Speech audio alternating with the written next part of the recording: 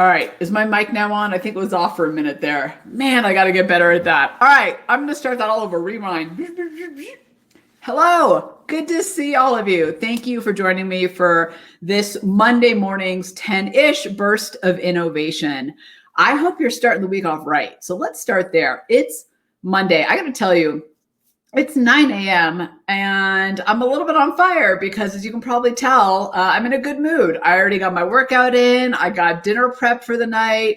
This is not every day, by the way, for me, but it happens to be this way today. So I'm feeling good and I'm hoping to bring that energy to you. And today's burst of innovation, I hope, will not only help you set the week off on the right foot, but also give you a new lens to look through this week and to gather more insights and more innovation in a little bit of a different way. So today's burst of innovation is all about transforming information into insights. And that is all about not just upping your value, which is so important in today's time, but also it's about training those around you to elevate their thinking as well. What's that old phrase? I never get phrases right.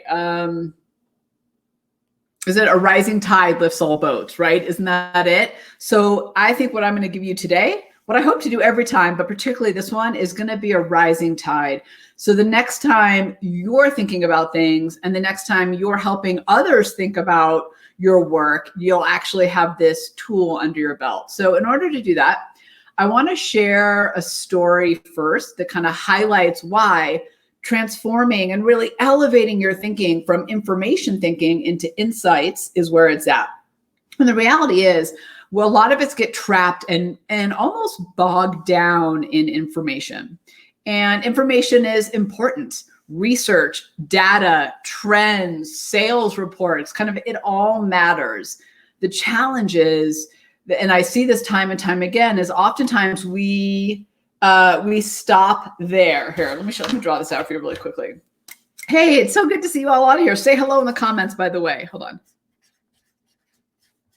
I just want to draw something out for you.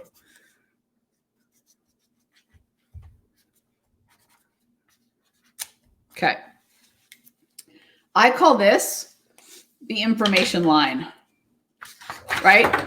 This is where information sits on my piece of paper here, which is basically represents my world. As you can see, it's robust, but it stops at a certain point. We get bogged down in information. And when we do that, what ends up happening is we miss all the incredible room for opportunity, right? That's up here. And that's where the insight and the innovation lives. So let me share a story with you. And then I want to give you 3 thought and conversation starters that will help you actually elevate from information to insights. Hey, Kirby, good morning to you. It's good to see you here. Okay, so let me share the story with you. So as many of you know, I used to be a brand strategy and innovation consultant. And what that means is that I was hired by Fortune 500 companies to help them create new products, take their products to new markets, create new service lines for them, basically find new revenue streams, right? Basically new product development.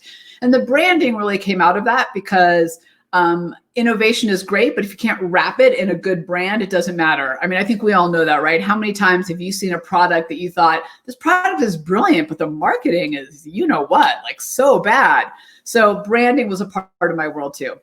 I think we can all agree I was better at the innovation than I was at the branding.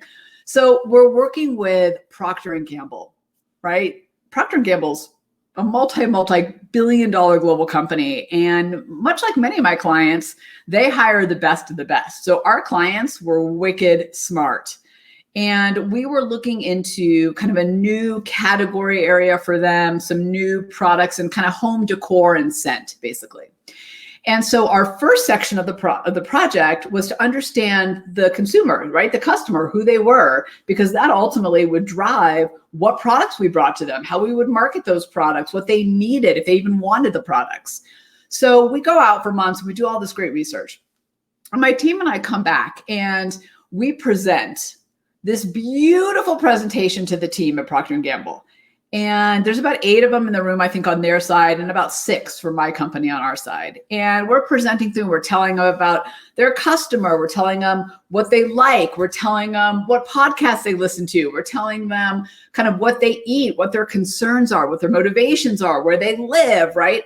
Now, raise your hand for me in the chat bar if that sounds great to you. Like, yes, Tamara, tell me the avatar, the profile of my ideal customer for a product. Tell me if that sounds good to you. Hold on, I'm gonna take a sip of water while you do that. I have a dry throat this morning. Right? Yeah. So it sounds great. Like, that is incredible information. But here's what happened in the meeting. I presented this. We have 6, I think it was like 6 key profiles, right? Like with their needs and their desires and their worries and their aspirations. And I'm feeling pretty good. I'm like, yep, nailed it. So I'm done presenting, and our main client, who I admire greatly, turned, he had like one of those swivel chairs, right? So he turns his chair around, looks at the team, and he goes, Tamara, this is great information, but what am I supposed to do with it? Right? What am I supposed to do with it? Yeah, all right. Paul says, yeah, it sounds like good empathy. Yeah, right? We totally understood the customer. But my client had an important and really valuable question back. Well, what am I supposed to do with it? And we all sat there stumped. And I think I came up with some ridiculous answer like, well, that's what we're going to be talking about next time. Here's the thing. Here's why I share this story and this pretty big fail that I had. And we made it up on the back end, by the way. We got to the right place. But in that meeting, I stopped here. I stopped at information. So I told him all this great stuff, but here's what I didn't deliver. Hold on.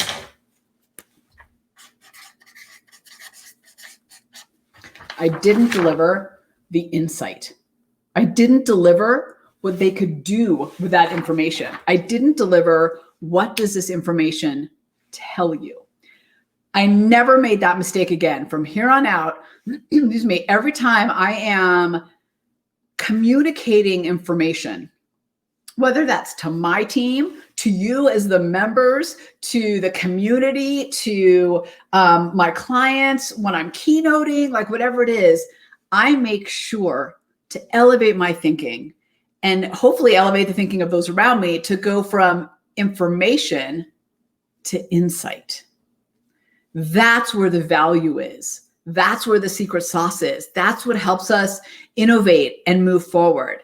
So I want to give you, and let me back up for a second. Before I give you the questions, let me say, here's the thing about information, right? We can read that. We can listen to it. We can watch it, right? Information is awesome. But what ultimately ends up happening, and I'm sure you've experienced this, is that when we communicate information and we don't bring that higher level insight to the table, our ideas actually get stopped. So in that meeting that I shared with Procter & Gamble, when he turned around his little swivel chair and said, well, Tamara, what do I do with this information? And by the way, he wasn't being a jerk. He was really like, okay, great, but I need to know what to do with this. He changed my game completely. And the next meeting, when we came to him, we completely switched how we did it. We said, okay, here's the information. Now let me share with you what this information tells us, what decisions we need to make, what insights that come out of it. That's where the value is. We cannot afford to be just pushing forward information. I think, and tell me if you feel differently, we're all inundated with information. Part of the reason our ideas get halted, part of the reason we don't get to the solutions we need is because we stop at the information. So here's what I like to do. In fact, I'm going to put these in the comment section so that you can actually walk away with them. There are 3 conversation starters that I now always, first of all, ask myself quietly, sometimes out loud, and always make sure to ask my team back. Because here's the thing, and I think you're kind of seeing this in my example and kind of how I'm framing this. If I can elevate the thinking of everybody else around me everybody wins, right? We all win. We all shine. We all do better together. We all innovate. And other people will see things I don't see. So when my team, and they know this, when they come to me and say like, okay, here's the numbers, I'm like, great. Now what do we do with it? So I'll give you an example. Actually, in my world, we have a decision board where we're tracking key metrics in our business. And every week, my team and I sit down and we look at this decision board. And oftentimes well, let me say it differently. In the past, if that were me, I would have just stopped there. Thanks to this incredible client who taught me a valuable lesson, now my team knows that that conversation happens in two parts. Part one is, here are the numbers, right? We got to understand, we got to know what the information is. And part two is, what does this tell us? What do we need to do? What's interesting about the data? What surprised us about the data? What decisions does this drive? What would we change moving forward, knowing what we now know? And for us, these are real-time data. Like, we're tracking every week these very specific numbers because we know that we're trying to get to an end goal, and every week we need to assess. So let me put in here the 3 ways I like to approach information to elevate it to insights. Okay, I'm going to write this in the chat bar because I think that's the best way to get it to you.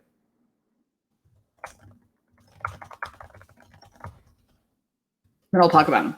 Hopefully you can see them. Hopefully that works. Okay, can you see them all across? By the way, if you can't, I'll just say them out loud. So just tell me. Take some water. Just tell me if you can see it. Oh, I think it's having me show up as LaunchStreet TV, but I do want to make sure you can see it. All right, so the first one is, what insights can we gather from this data?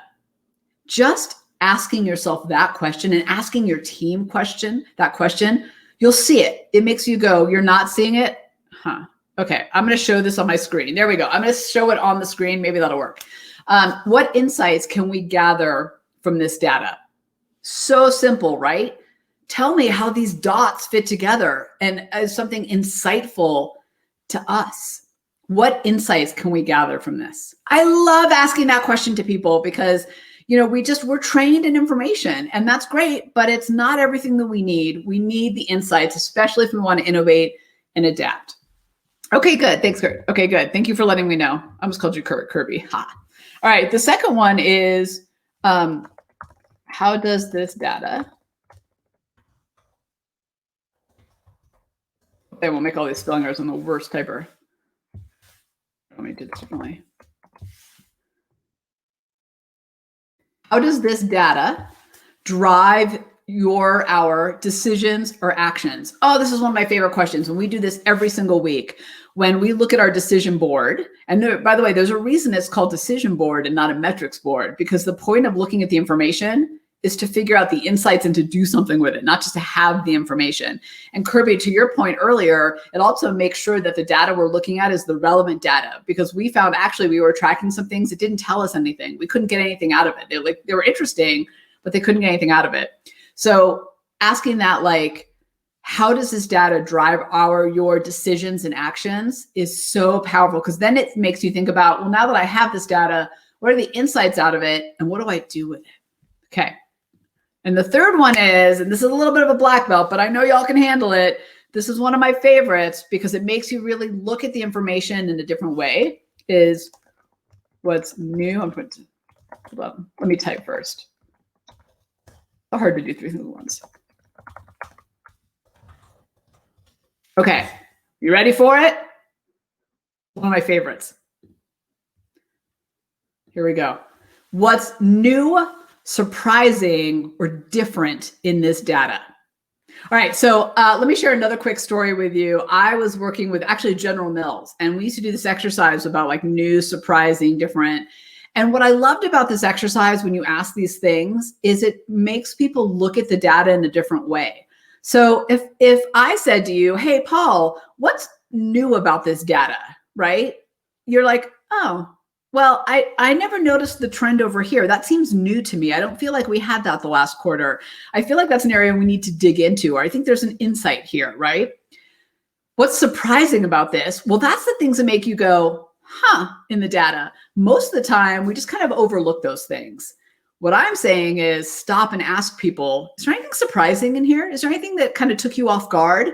You'd be amazed at what people say. And that leads to insights, because what's surprising, what's new, and what's different in there is gold. That is a gold mine of insights and innovation.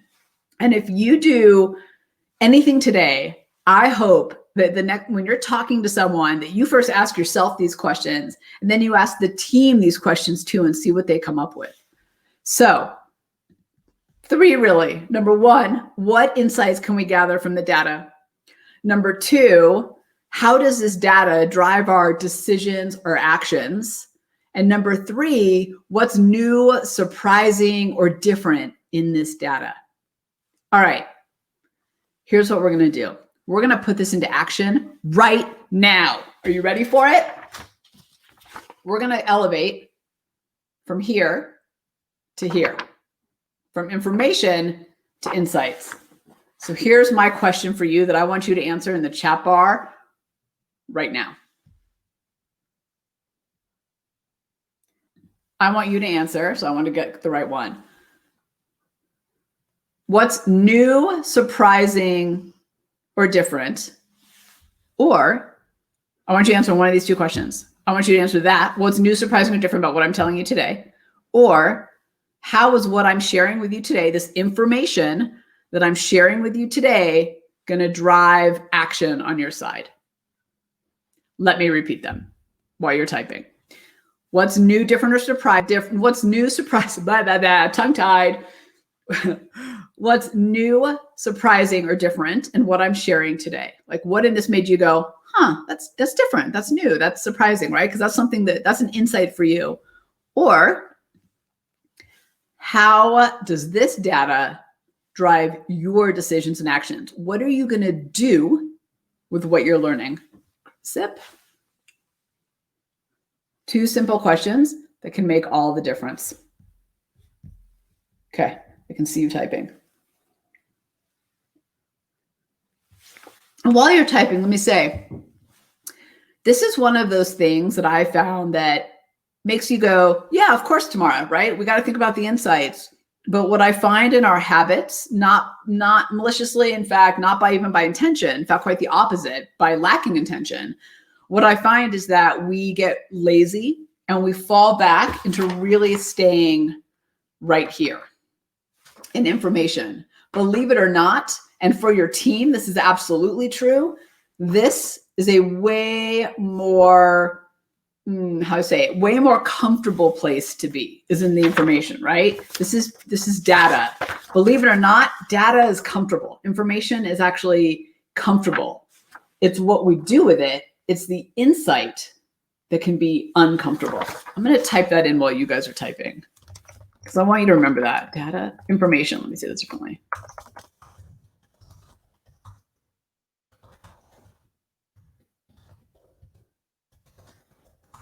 Okay. Type that in. Hopefully you can see it. While you're typing about what you're going to do, answering those 2 questions, I want you to just remember, information is comfortable, but insights can be uncomfortable. Okay, let me see what you got here.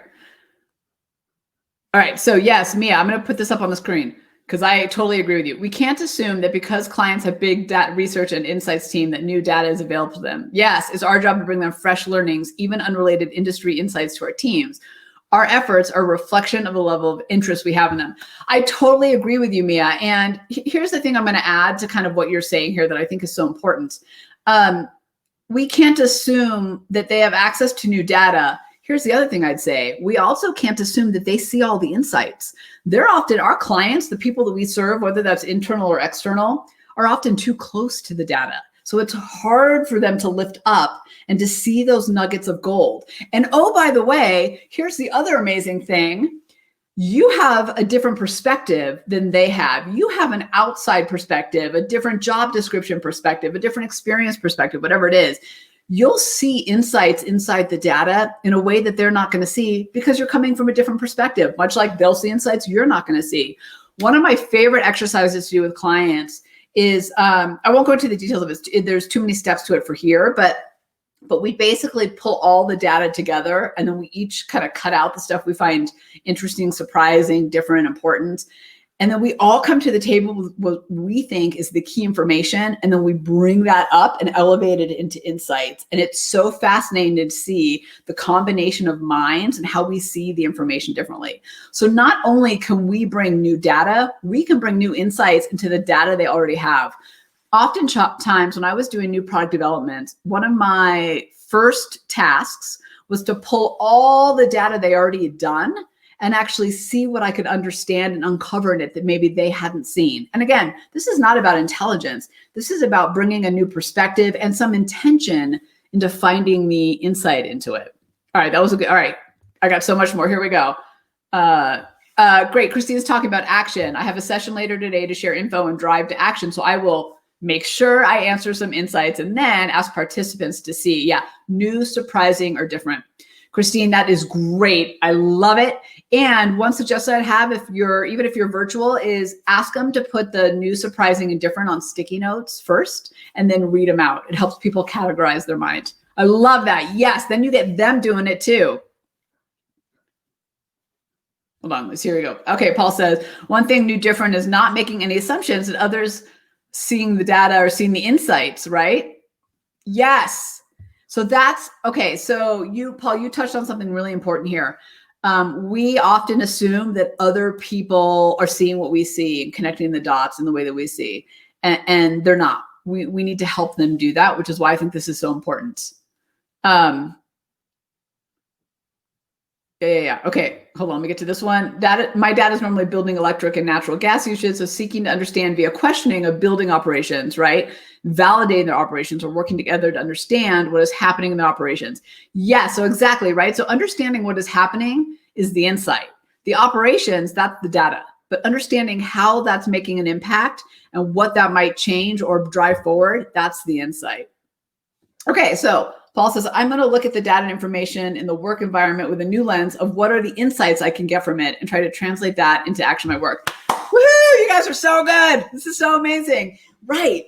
Every time I'm looking at data, I think, what are the insights out of this?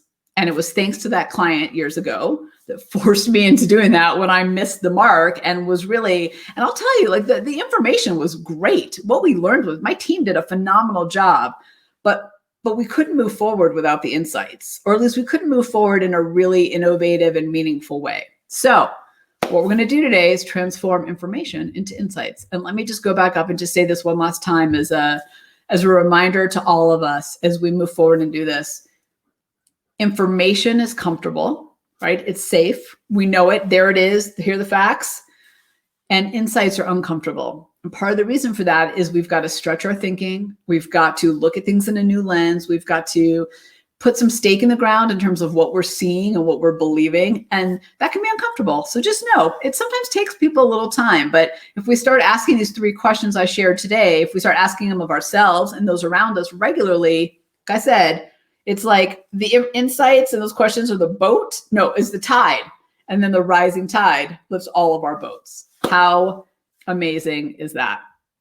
All right, everybody. Thank you. Thank you. Phenomenal, phenomenal work today. Love it so much. Have a great rest of your week. I'll see you all Wednesday. Oh, and before I forget, do not make sure that if you haven't already and you're not already part of our membership, to sign up for our free innovation workshop coming up. It's on our website here. I'll put our website right here. It's like all over the website. So you just have to go to the site and you'll see it. That workshop is launching September 15th. So get in before we start. Hold on, I'm going to share what Mia sent here because it's so good. Surprising. Okay, to my clients, I took the information and insights I presented recently and asked one of my customer interviewees to produce a short video. Oh, a day in the life of my family during the pandemic. The client thought it was great thinking on my part and quite a revelation.